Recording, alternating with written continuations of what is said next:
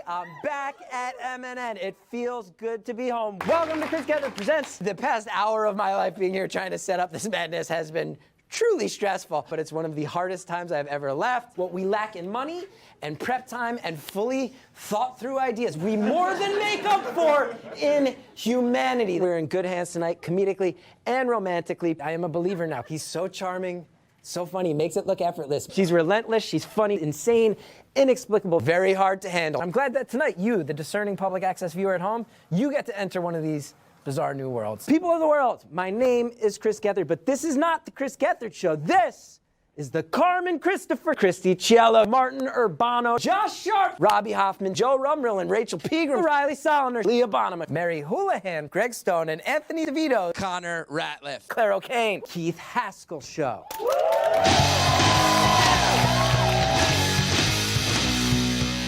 I'm tired sitting around the house. I'm tired sitting around the house. I'm tired sitting around the house. I'm tired sitting around the house. Everybody wants to waste my time, and it makes me wanna lose my mind.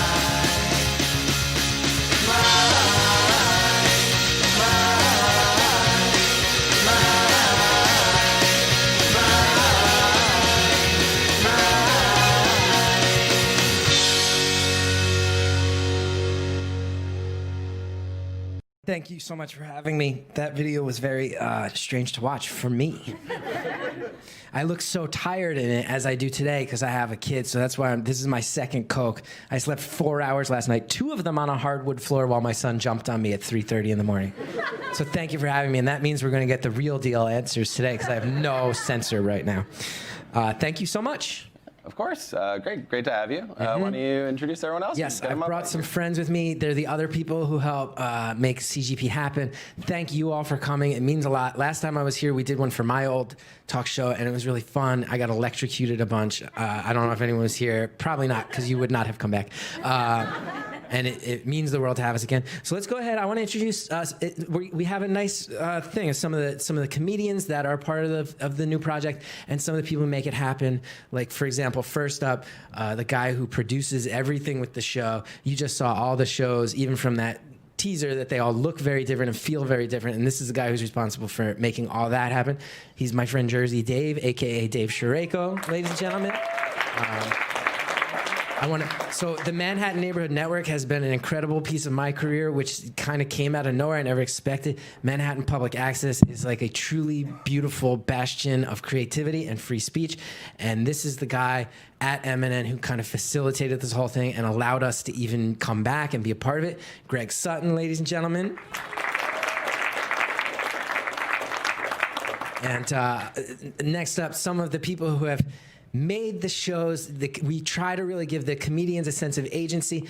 This next performer is someone who has done, I think, 3 episodes so far, each of them fantastically different from each other, which is something I hope we get to talk about.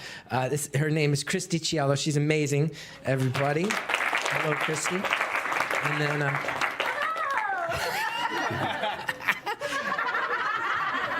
Welcome, Christy, really solid. And then this next guy tonight, he's about to do his third episode of his series. He's been very, very much a comedic ally of mine for many years, and he's doing a thing tonight at 11. You can watch it live. He's created a series that is this very beautiful blend of comedy and clowning and performance art and audience interaction, and it's really hard to describe, and it's the type of thing that I feel like I am proud that we are providing a forum for things like this. His name's Riley Soliner, ladies and gentlemen. He is the man behind Clon. Clon is half clown, half clone. Clon. You can see Clon Part 3 tonight. Hi, Riley. Okay, Google. My name is Riley Soliner. I am a comedian living in Queens, New York, and I am Chris Gethard's 5th choice to be here today. Not true. Not true. 5th choice. I think it might have been 8. I was raised in the East Bay in California.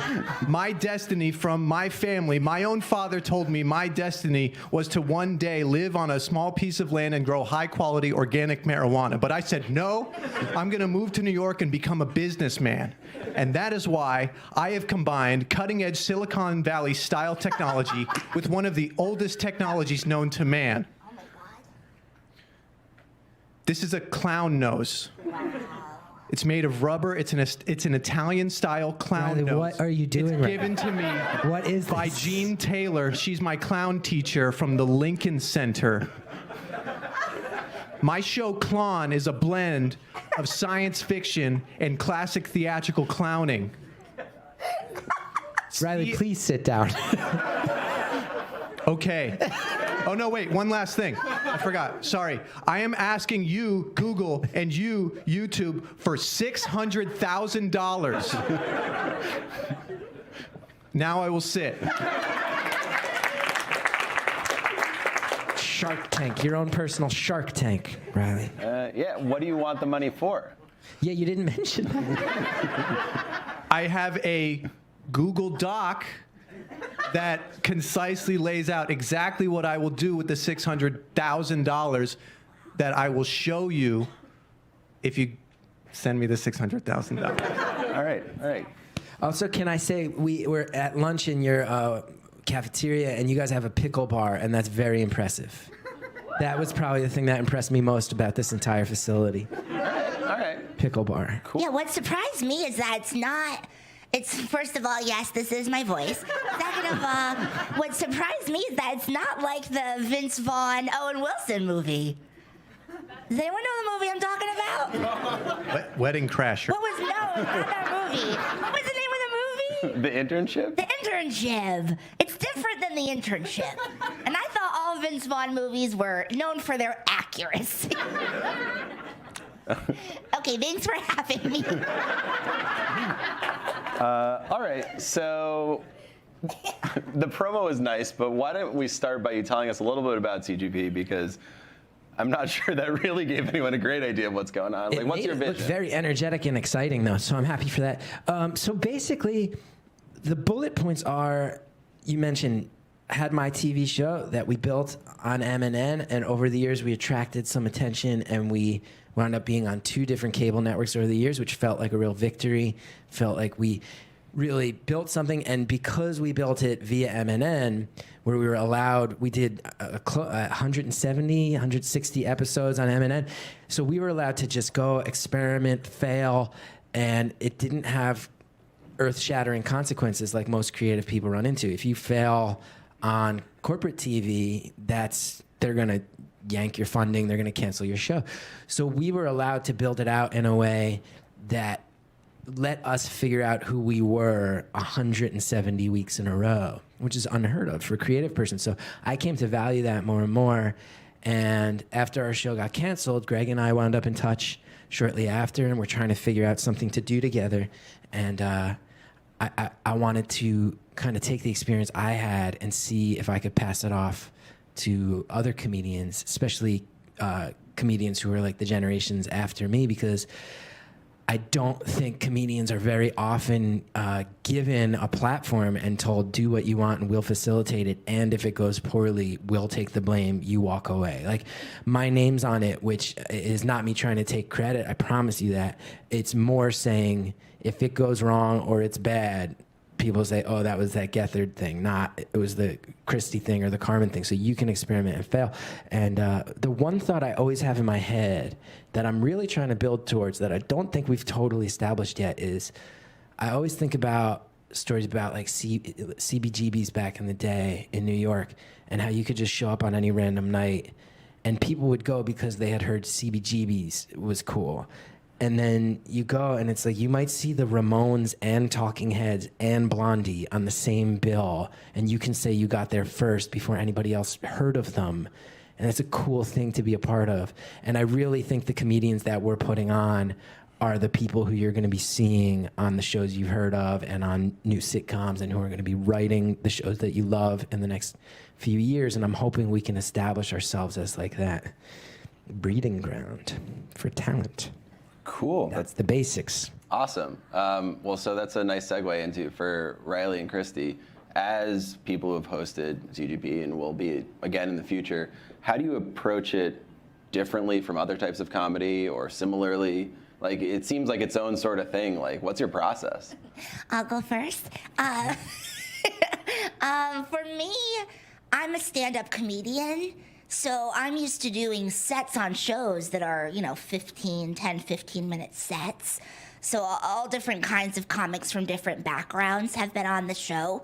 So it's just been really amazing to have an opportunity where someone's like, okay, you have an hour to do whatever you want to do. And we have a little budget we can work with, which is like unheard of for all of us. So the fact that we have resources and some money and a team of all these people who have worked in television spearheading it, it's truly been the most exciting thing I've ever been a part of, because it's invaluable. There's nothing else like it. And as like a new comic, we were lucky enough to kind of get in on the ground floor, and now there's so many comics that want in on it because it's just an amazing opportunity to do whatever you want. And they tell you all the time, like, sky's the limit. They want us to be as out there as we can with our ideas. And, maybe because you're the person who's switched up your ideas the most, I would say, by far. Oh, yeah. Maybe you want to tell them, like, your most recent show was a celebration of New York. Yeah, so my first show that I did was this show called Coochie Creek. And it was about... You just said that at Google. Coochie Creek. And it was really about, like, Coochie Creek was like my basement in my house growing up, where, like, I got horny for the first time. Where we all were, like, dry humping Nintendo chairs in our basement. So that was my first one, and it was really fun, and I had characters come in. We took phone calls that were about sexuality and puberty, and it was really fun. My second one, I decided to do a complete 180, and I did a whole show about rejection, and it was a talk show, and it was, I think, the most, like, vulnerable I've ever been, because I had a really rough year in the biz, and it was all about, for me particularly, career rejection, but everyone can relate, and it was very cool. And then my last one was like an ode to New York City. So I had like a pigeon on the show, and we did like a musical. Well, he was not a real pigeon, but I did a musical tribute, and I had my favorite comic on the show. We took phone calls. And a really cool, sorry, I'm like rambling, but the last thing is that something really, really cool about this is ways that we can involve the audience, which is very, very cool. There's a live audience there, but we can take calls and interact with people in real time who are watching from all over the world. So that's been a really cool element that I want to do more with, maybe like a choose your own adventure show. That's next week. That's next week. Yeah, we're doing that next Nick week. Manny. Are you seriously? Nick Manny's already doing that, yeah. Oh, fuck. Damn it. Riley, Back to Coochie Creek 2. Yeah. your response. Well, as a collaborator with Chris on his show, and as someone who's just followed his career closely before that for about a decade now, his work really helped spark my imagination, comedy, theatrical comedy wise, because there's a genre bending going on, and there's experimentation, whether through improv, audience interaction, bringing visual aspects, imagination into a comedy realm. And that's stuff that I was already just very into, and I saw Chris doing it in a different way, and I just kept kind of following along with him there. So when I got my own chance to do that, I just kind of wanted to expand on what I had seen him innovate. And so for me to bring in my personal flavor from the hippy-dippy circus performing arts summer camp world.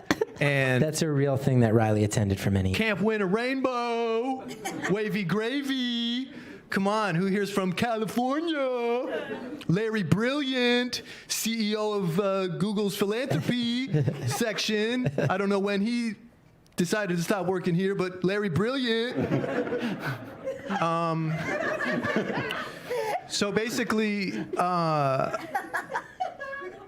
under the Gethard umbrella, there is a brand of comedy that basically means creative freedom. It means adding chaos to the mix. It means being authentic and true and daring and risky. And I really vibe with that. And so another $600,000 is that nowhere else could I pitch a show, get the pitch accepted, and then as cryptically, mysteriously as possible, promote the show.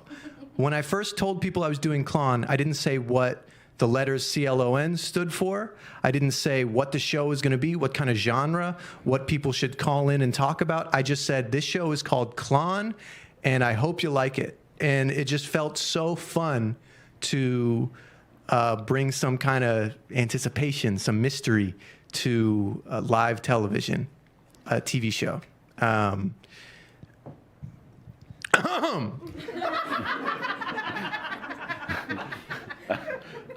So just a quick straw poll in the room. Who in here has ever watched public access television live? Nice. Cool. That's a good number of people. So It's the best. yeah, so one really cool thing I think that I'd love to hear your guys' takes on is like public access television is sort of the grandfather of like modern streaming culture. Like before I could go on Twitch and stream myself playing solitaire for 5 hours to no people.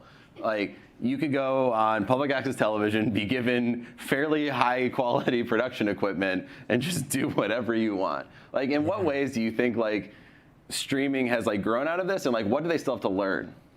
Yeah, Greg, I feel like that's something you probably think about. I think about it all the time because we run a television network which is quickly becoming obsolete, and trying to figure out how we pivot with providing the services that we do in this environment is something we do think about all the time.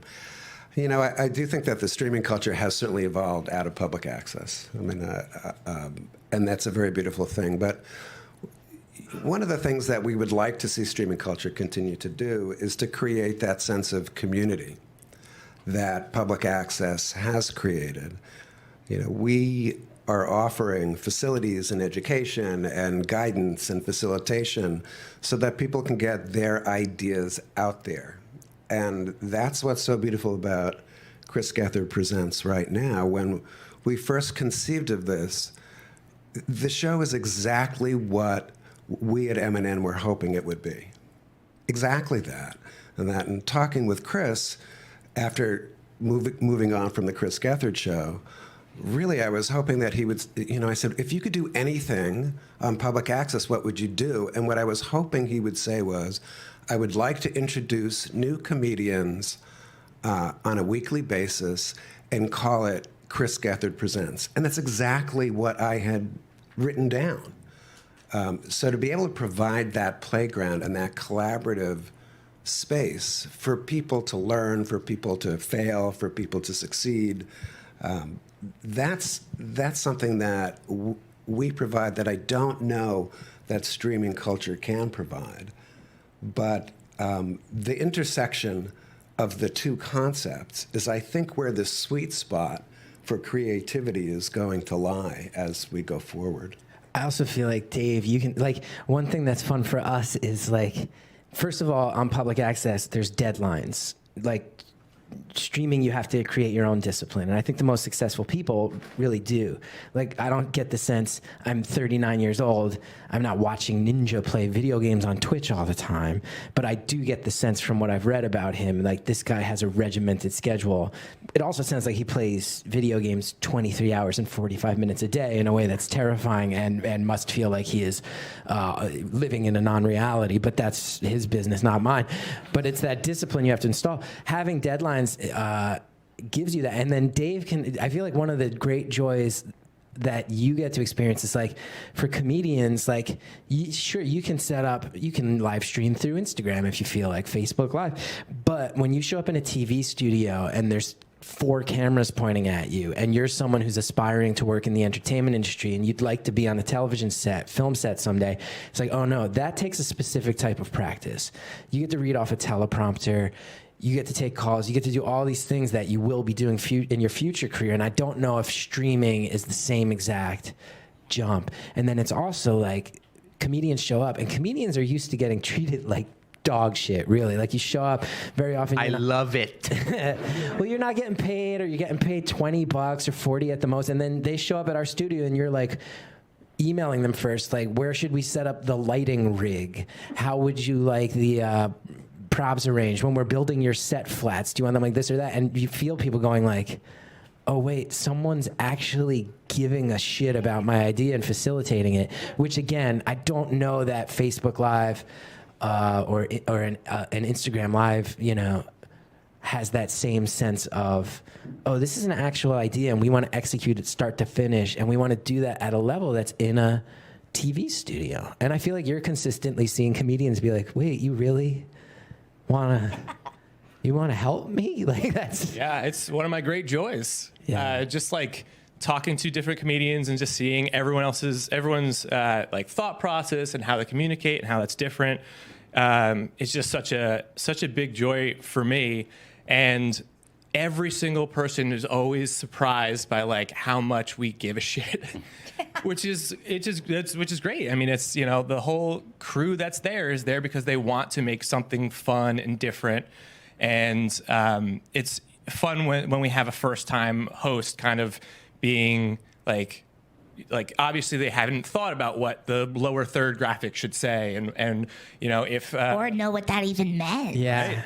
Yeah, sure. They would say, oh, like, what do you want your lower third graphic to say? And I would literally be like, what is that? Because I didn't know. That's when Google, at the bottom of your screen, it'll say something. A chyron.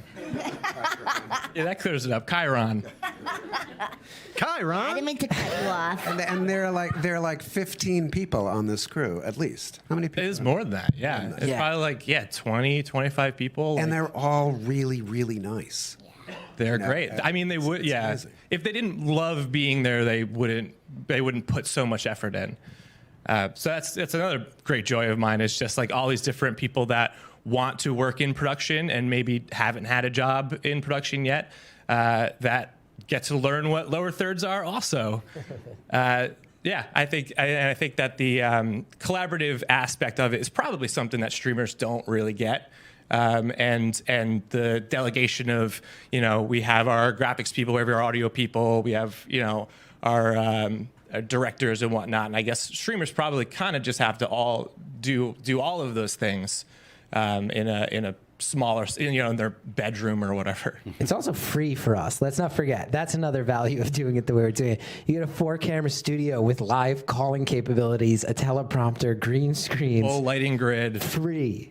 You can just go sign up. It's free. That's nuts. Anyone in this room? Anyone who lives in Manhattan could go up there, sign up to take some classes, and you could have a TV show. Relatively soon. Like, there's a waiting list. And if you don't, you can. If you don't live in Manhattan, you can see me after, and maybe we can figure something out. And there's Classic New York City exactly underground deal. It is. Nothing's free anymore. And then Brooklyn has their own, Queens has their own, Staten Island has. There used to be a show on Staten Island Public Access called the Staten Island Comedy Show, which was like a legendary thing amongst New York comics because the guy who booked it was like kind of, I never met him. I'm not trying to disparage him if he sees this someday, but he was known to be something of a character. So people would take a ferry to Staten Island and get there, and they'd be on public access TV with a maniac, and then they'd feel like they were kind of stranded because you had to take a boat home. And it's just like the best place. It's just the best. It's just the best, most free place. So going off of what you were saying about the production stuff, every week it's a different show hosted by a different person. Like, what are the challenges of that, and what's the craziest stuff that people have asked you to do? Just this week, we had a long series of emails from the guys doing next week's show where they're like, we really want to book this competitive eater. Can you help us get this competitive eater? And we're like, we don't know this guy. We know this guy as well as you. If we're just cold calling this eater. I assume they like, hey, this is my friend who is a competitive eater. No, it's like, and no, they were like, this is a random competitive eater that none of us know. Can you get him? And we're like, probably not, you know? Then it got to the point where it's like, all right, we're going to Instagram DM him. Let's Facebook message him. I probably went to that weird message request folder. Man. And then it got to the point where didn't one of them buy a cameo from him to try to get his attention? While stalking this person, trying to figure out where they are active, this guy was most active on Cameo. So I was like, listen, guys, if you really want to book this guy, $30. $36 to send him a message on Cameo. Let him know what you're looking for. Get his attention. He can also wish your niece happy graduation. Like, so that's where we're at. Like, we're really, it's like this middle ground where it's like, we have a real studio we can offer to comedians. Also, we're trying to book guests through Cameo. That tells you that's the exact middle ground of what this project is. That sums it up. Was this like a top tier competitive eater, like someone that people had heard? No, I have no idea why. But they are so focused on this one guy. $30 too. $36 for him to send. I was poking around on Cameo. You can get Chris Hansen for cheaper than that. And really? like, You know, it just occurred to me, Kobayashi is my landlord. So I could just like hit him up. The best part of this email exchange, by the way, is I think it's like a 4-minute segment, and the guy wrote an email that was like, okay, so if I got 4 minutes, if you want me to do hot dogs, I can do about 36 in 4 minutes, but I'm gonna need a lot more water. If you want cheeseburgers, I can do 18, 19. I need less water though. I'm like, all right. Good to know, man. Good to know. So you say it's like it's difficult for you, but like I got you here by going into an AMA you were doing on your stream and saying, hey, Chris, you want to come to Google New York? Yeah. So And I was like, yeah. Here we are. Yeah. I'm not convinced this is the real Google. Would you like What to do you elaborate? think this is? This is an elaborate catfish. It does have like this facility does feel like a more cheerful, color-schemed Death Star. You guys know that, right? That it has that vibe, with like scooters instead of droids. Like, are you just actively mocking me? I'm mocking them. Riley hates capitalism, guys. Hates it. But I deal with it. 600 thou. I think this is going really well. Great. So that's something that you're trying. Like, given how weird and experimental CGP is, like, have there been any, like, there must be a line somewhere, right? Like, have there been any pitches where you've just been like, Still no, trying to we can't find do it. that? No? Yeah, we hate saying no. We just, because I feel like no matter what the crazy request is, there's a public access version of it. We did a full like hour soap opera, and Mary Houlihan, who hosted that, was like, you know what I really love is if we could do like basically like instant replays from earlier in the episode and then play them back. It's a lot of equipment that we do not have. So like, no, that one's a no, but we can. But that's because we don't have one of those trucks that they have at sporting events to edit on site. Yes, that's a whole team of people that do that for the NFL or whatever, and we just don't have that.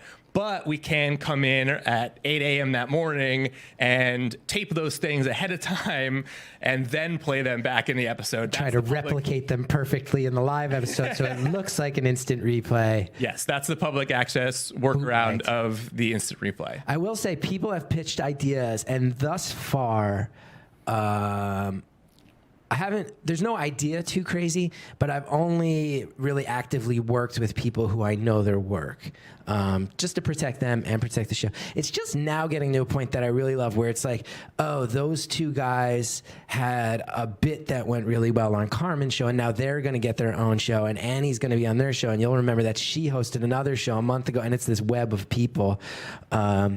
So that is certainly the case as far as I do also want to say though, because it is crazy and the show is wild and we're saying like chaos and experimentation, but one of the episodes I'm most proud of, it's not just about who can be the craziest. Monroe Martin III, who is a fantastic comic who comes from the club world, which is known to be like less weird and experimental than like the Brooklyn shows. He did an episode that was just a very, very funny and very, very heartfelt episode that made a lot of comedy exploring how he grew up in foster care, which is a system that I think most of us go, that doesn't sound funny at all. But he said to me, he's like, every time I talk to someone else who grew up in foster care and worked in foster care, there's a lot of dark stories and grim stories, but also we laugh our asses off. And that's the other type of thing, because that was one of those ideas where he had kind of indicated, yeah, I've pitched this idea around, but people kind of aren't bold enough to take a chance on something that dark out of the gate. And it's like, well, come make it with us. And then one of the hopes I have is that someone will see how genuine that was and how funny it was and how it still dealt with foster care and its successes and failures in a real way. And then maybe somebody sees it and goes, oh shit, there is something here. And Monroe's been able to make it on his terms. Now somebody else comes along and goes, that's really awesome, man. Like watching you do art with an art therapist as you both talk about how to help kids sort out trauma, but also it's laugh out loud funny. I'm like, that's the type of thing that you can also do on public access. And it's not just, people dressing up as pigeons and robots. There's a lot of that. You also have some foster care ha-has, though. All right. In case people do have live questions, we're going to start taking them soon. So microphones on either side. If people want to start lining up, please start lining up. I'm running out of questions. Also, if they want to pitch any episodes of CGP, get up to the microphone. Yeah, 100%. These are the people to talk to. If you want to have your own episode of Public Access Television. I'll just ask everybody, not at once, if we could all just, it's very unruly in here with this bum rush to the mics. So if everybody just take a deep breath and remember we are all human beings with feelings and lives. I want everybody to stay safe emotionally and physically. You will all get a chance. And again, you turned into a pack of bloodthirsty animals. We got one. And on the recording, no one will know. What's up? No one will know. Because now they will. Now they will, yeah. It's a Google Wave, right? Google Wave. Do you remember that? Riley, it's feeling progressively more antagonistic. No, it's not. We're buddies. Round of applause if it is. Come on. Oh, wow, I use I'm Google wrong. every day. Some people. I used maps to get here. I put everything in my cow. You can check my email right now if you wanted. I use Keep. Nobody knows what you're talking about. It's the same stuff you were just talking about. If you're not getting aggressive towards them, you're certainly getting more aggressive towards me. And that's another one of the great things about CGP. No. I can say whatever I want to this goon, and I'm going to have a great show tonight on his channel. All right. Well, we got some questions. All right, yeah, two. All right. Thank you for coming here. I love all the things you do. And my question is because Gethard Show was very well known for having a very active fan base. I may have been part of it for a long time. And thank you for that. Yeah. I was wondering if you feel that the fan base that is sort of forming around the new show is different because it sort of has different voices every week. Does it feel like some people are sort of drawn towards some of the episodes but not others, or is it more diverse in terms of what people like, or is it more cohesive because it's not run a person? It's definitely less cohesive, but it's building in the right direction. I was really hoping that because the Gethard Show had a pretty fervent cult especially by the end. And I was hoping they'd all kind of come with us, and they did not. And that's okay, but we thought that would be a good base. We need these numbers to go up, and if anybody here at Google, if you guys, like, you own YouTube, right? If somebody could just fudge our numbers, that would be great. Make us look better. But the fan base, I feel like the fan base is a little less cliquey. The Gethard show one was like people knew, because it was the same people every week, they started to like know everything about everybody's kind of lives and other projects, and it led to some clicks. And I feel like it because of the nature of the project, it's taken a little longer, but I think people are starting to pick up on what I was saying about I want to build a venue as much as I want to build a show. And I think people are starting to realize that. Like, for me, one of the transformative eras of my life was I started at the UCB Theater in 2000. And if you are a comedy fan, you know the Upright Citizens Brigade is like, it was the explosive place for comedians to come out of in the past 15 years. And I was there before that started. And I always think about how it hit a point. In the beginning, when I was there and I was 20 years old, you had to beg people to come to your shows. There'd be 12 people in the audience. Half of them would be your friends and family, people you knew in high school and college that you just like beg. I was lucky enough, I grew up in Jersey, so I'd like beg them to come. But then after a certain point, it was like UCB just has a good enough reputation that people are going to go, I got nothing to do tonight. There's tickets available for the 9:30 show, and this is a reliable place where I know I'm going to see something cool. And I think it's starting to get to that point, and that's the corner we really need to turn on this one, of people trusting, okay, Gethard picks people who are hard workers and funny. Dave has a whole gang that can execute their ideas well. And the comedians, one of the great things about the comedians is they all check in on each other's stuff. So very often somebody will be like, oh, I saw Riley do that. I got to go even crazier with my next one. Oh, Monroe did something that heartfelt. I got to cut even deeper. So hopefully that all starts to build into its own thing that's kind of different than the Gethard show and more about participating in the I'm trying to figure out how to like Menagerie. Create. No, I really want it to feel like an online venue, like a digital presentation of a venue, and that's hard to do and that's hard to explain. But I really want to get there. Yeah, I'll say too that they are so. I just want to say that they're so. There may not be a lot of that. But the fans of the show are really amazing, and they even do like this podcast we were talking about. Yeah, we are trash people. They take every performer doing their upcoming episode of a CGP, and they find all of their links and their videos, and they just gush over the host. Deep dives. They're And incredible. this is not a thing this is not a thing we created on their own. They make a podcast that we have not authorized or asked for, where they will literally be like, "So guys, this time's Riley, and we're gonna do a 10-minute segment on a YouTube video he did in 2007."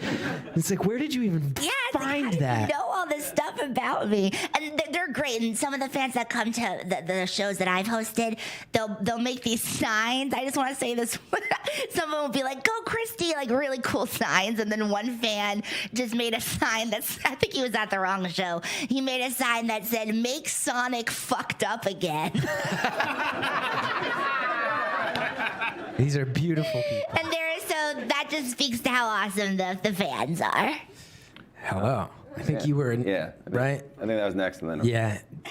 Dave said for sure. He's mad that you tried to cut, even though you did not try to cut. Dave got weirdly salty about that. I apologize to you, sir. Building on your goal to make this feel like a venue, I'm wondering about the role of like New York City. I really want to know like how you think it would feel if you did it in LA, for instance. It's funny. I mean, I've always, at this point, I've kind of made a game for myself of how long can I be in the entertainment industry and never live in Los Angeles. Like, I have nothing against Los Angeles. I'm just kind of like, somehow I keep meeting with some level of success, and I never had to go. I think there's a few things about New York. First of all, like I mentioned, UCB sprang up here, and that's for a reason. There's so many great stand-up venues, and that's for a reason.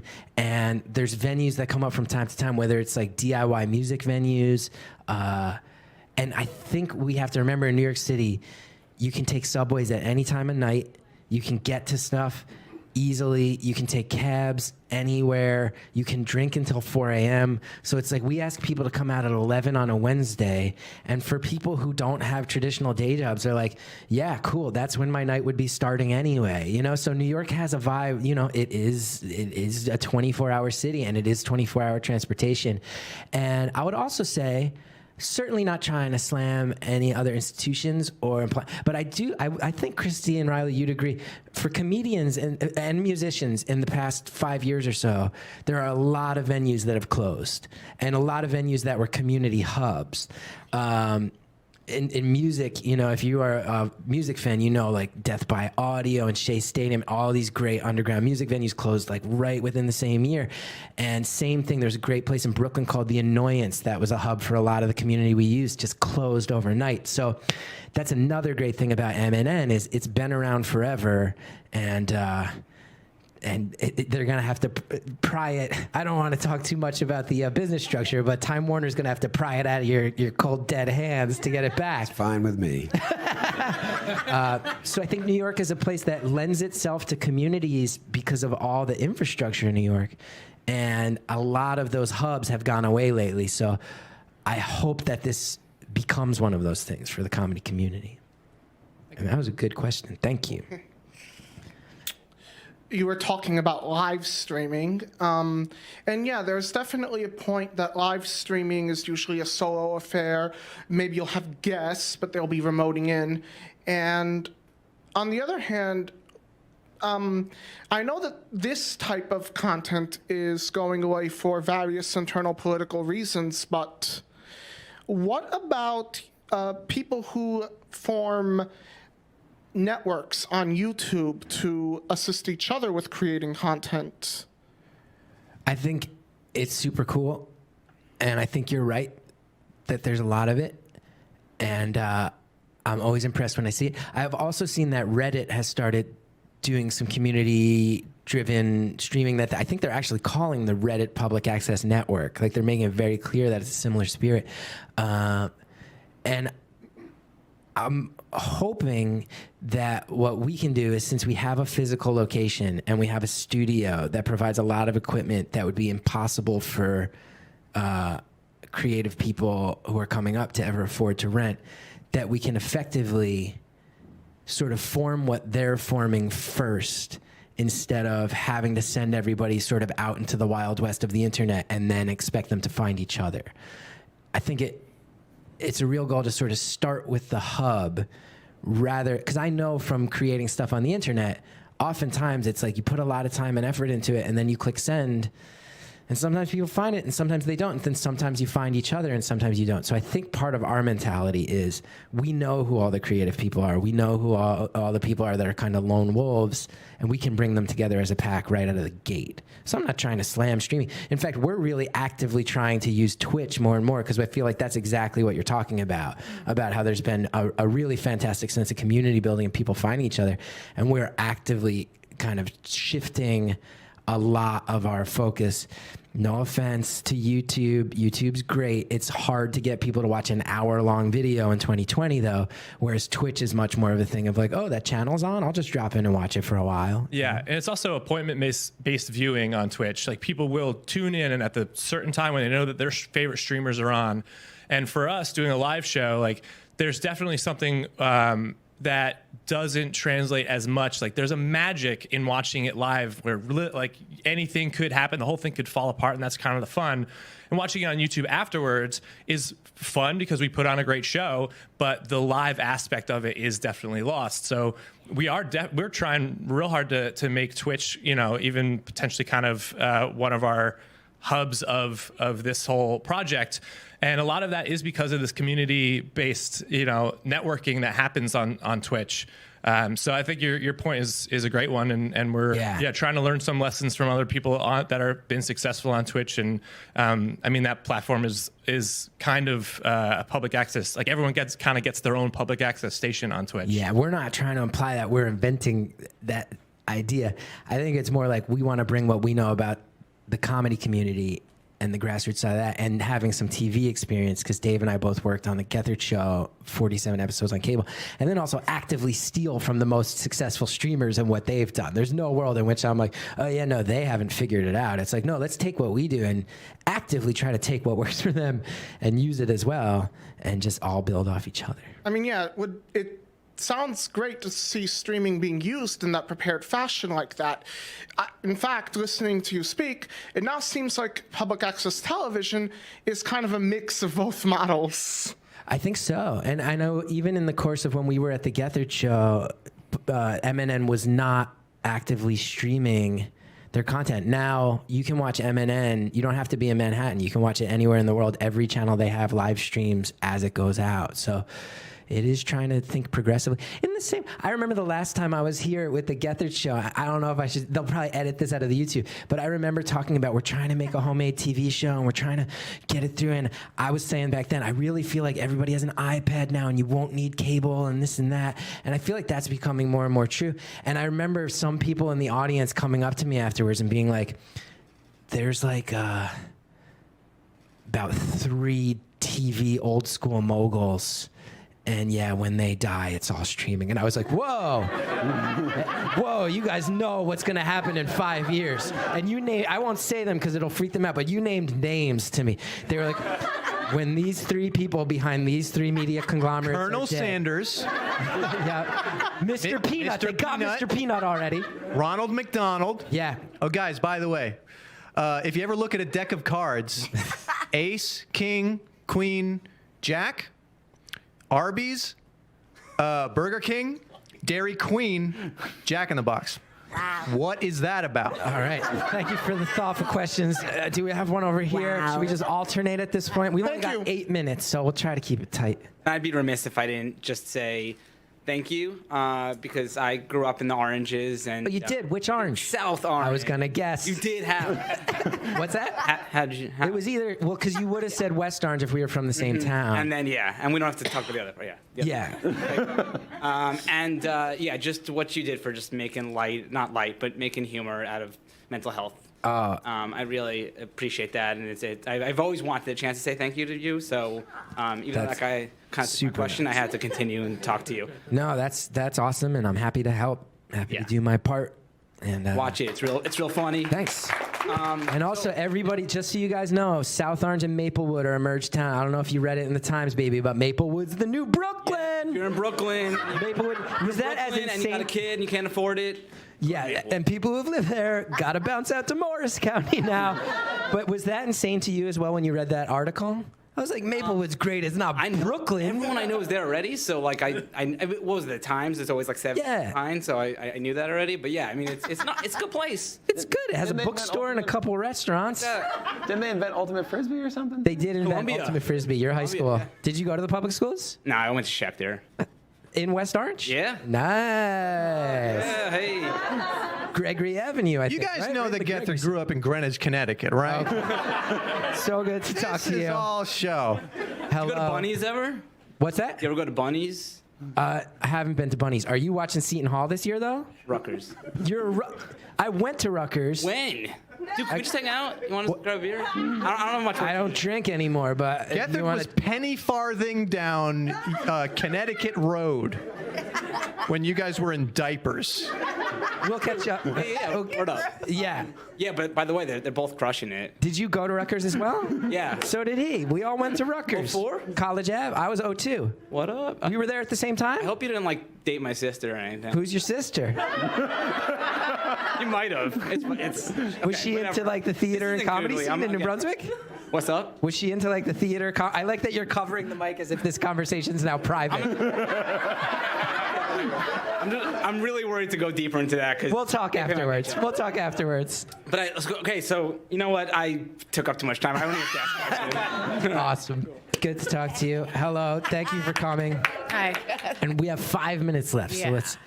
So I actually am a UCB improver. Oh, nice. And actually, I had just left the theater, and one of the reasons why I left was the severe lack of diversity in women and race. And I'm standing in front of a panel of all white comedians. I wanted to mention that. I forgot to mention at the top. Thank you for that. I mean, you forgot after an hour of talking. I did. So I wonder if it's a top concern. Oh, you are right. I promise you, I was going to make a joke about how this is particularly white panel. I totally forgot. That was wrong of me. You're correct. It's a big problem in comedy. All of my work, I was at UCB for the first 12 years of my career, and I think my work, if you would look, when I look back at the old Gethard show, we were viewed, I think, as a very progressive thinking show, and I look at it and I'm like, white comedians, white audience. I'm like, how were we ever viewed as any sort of progressive in 2011, 2012? It makes no sense. I will say, I wanted to mention, if you watch the CGB project and go through our episodes, I'm extremely proud of the way we have not just looked in the corners of the comedy world I came from at UCB. I think anybody who is looking for diversity would be psyched to see the way we spread it out. Yeah. Watch any one of my episodes. They're very diverse. Yeah. All the comedians are actively inviting the other comedians they love, and it's spreading things out in a beautiful way. And I'm happy about that. And I also will tell you, I was at UCB and I was a decision maker there. And I remember being a decision maker at auditions where I was one of 4 white dudes in the room making the decisions back in 2007, 2008. And I'm like, yeah, I didn't know that was a problem when I was 26, 27 years old. And I can look back now and realize that probably chased away a ton of talented people, and it sucks. So I will say that you're right. And it did take me an hour too long to bring it up. But if you click through the episodes we've made, I think you will see that I really am trying to put my money where my mouth is on this one. Thank you. Also, let's talk about UCB when we're not being recorded. Not that we shouldn't talk about now, but there's much to discuss. I will also say that I was Gethard's 5th choice today because other comedians that would have made the panel more diverse are more successful than I am and had to go get paying jobs today. I will say that I did try to represent some of the diversity we have, but people are either their day jobs or they've booked entertainment work today. That is true, but I don't want to say that because I don't want to tokenize anybody, but I did actively try to bring in some people who weren't as white as we are. I promise you. I promise you. And me, I am the white. So tried doing something about it. And hello. This is a question for Riley. Hi. Have you ever rigged cage match in favor of a less worthy comedy wrestler? And if so, how could you? Wow. Okay, wait. Comedy wrestler or improv team? We all go for the comedy wrestlers. Wait, no. Cage match, guys, hi. Cage match is an improv show where the intermission is comedy wrestling, characters fighting, but the votes are for improv teams. Oh, because are you speaking because I used to operate as the referee, Robot Riley? Yep. Tilda Swinton's cousin. Yeah, it's all rigged. Tilda Swinton's cousin. Yeah, I pick my favorite. I say I call it right down the middle, and then the guy that hands me a bigger wad of cash. Remember, guys, I'm all about the money. Yeah, man. Cage match, best improv show in New York. Deep cut. Can I also say, you mentioned Tilda Swinton's cousin. I was once at the Russian baths in the East Village, and obviously when you go in a sauna, you can't wear glasses. And I went in the sauna, and someone entered, and I was like, oh, wow, Riley's here. What a small world that he would be the same. And I was just about to lean over and say hi, and I realized I did not have my glasses on, and it was steamy in the room, and it was, in fact, Tilda Swinton. That's a true fact. She's an inspiration. She's amazing. Michael Clayton, I've tried watching it a couple times. Fell asleep, had to return the DVD. This was a long time ago. What an amazing note to end this thing on. You plugging Michael Clayton. Michael Clayton. Does anybody, I don't know, does anybody want to go get some pickles at the pickle bar?